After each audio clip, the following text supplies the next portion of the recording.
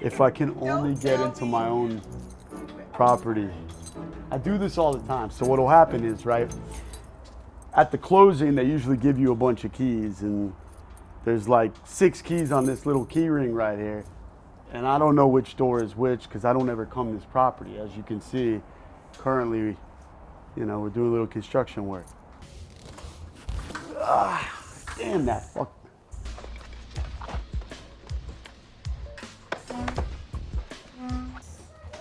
What's right here? So as you can see, this place is a little bit of a mess right now. Had my assistant open the door and I went through the window. So right now we are looking at my duplex that's in Edgewood. Now, how did I afford a duplex? How did I buy a duplex? I don't know. So maybe you can hit me up and I can explain to you how I do this. Well, that's what I try to tell people. So mostly when you buy an investment property, you don't want to buy a property that's already renovated. You want to buy, you know, a property that needs a ton of work. As you can see, this place needs, well, a ton of work. So we just replaced the roof. This is a flat style roof and it's ugly as hell.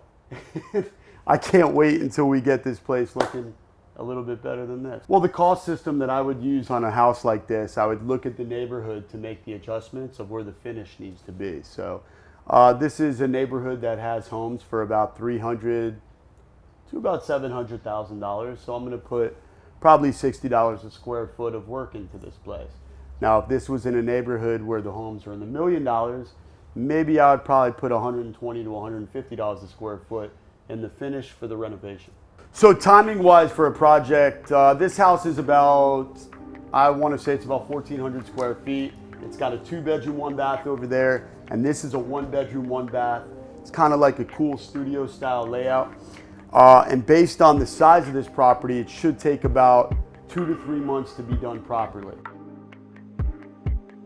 Luckily for me, this is going to end up helping me because the comps are going up in the neighborhood.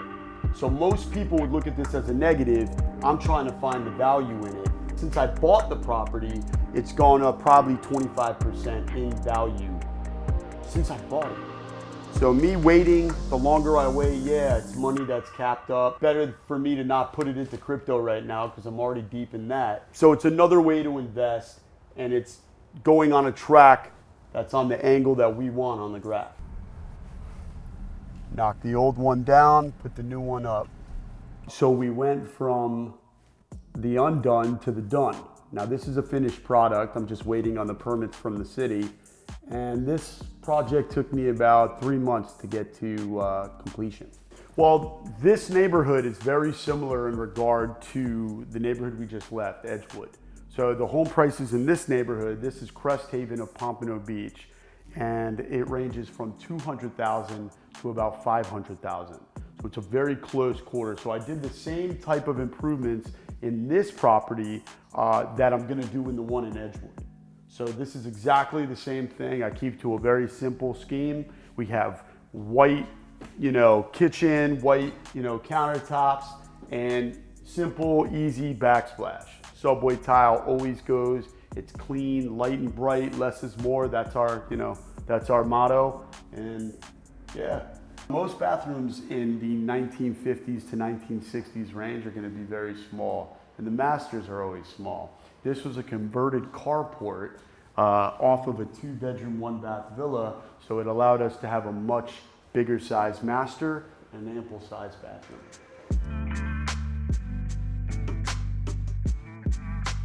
What is up? From the east side of town to the suburbs.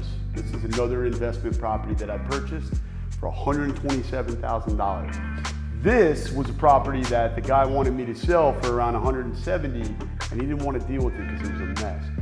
So he asked me, hey, do you know anybody that wants to buy it? And then he mentioned that if I wanted to buy it, he'd give me a smoking deal. Yada, yada, yada.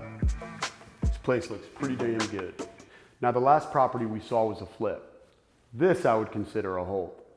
So to maximize space here, there was a dead space in the old kitchen that was here. So instead, I've had them put a cabinet there. So if we walk over here, This is now gonna be a cabinet door for there, and there's gonna be added storage where it was once dead space. You can also notice by the lining right here that there used to be cabinetry here. Why they would put that to block out the open flow of this place is beyond me, but you know, a little G power and we fix it up, make it look real clean. To get the added space up here, you know, the cabinet space, we're gonna just put it on the other side of the fridge where there's a breakfast nook. Makes more sense. In the renovation of this property, I wanted whoever wanted to live here to feel as comfortable as possible and feel safe when they're here. Not to mention the look of it is a little modern farmhousey, which is a really hot trend right now. The ideal person that's gonna rent here is gonna wanna be somebody that probably is a manager somewhere around the neighborhood, somebody that can't afford an acre estate, which is, you know, the future of the neighborhood, and somebody that possibly has a kid, single parent. And I forgot, the rent from this place is gonna bring in $2,100 a month. I bought the place for $127. So for a 2-bedroom, 2-bath in Plantation, this is actually a really good priced home at the moment. When I purchased this place, the rent market for this was about $1,500 to $1,600. Now it's over $2,000.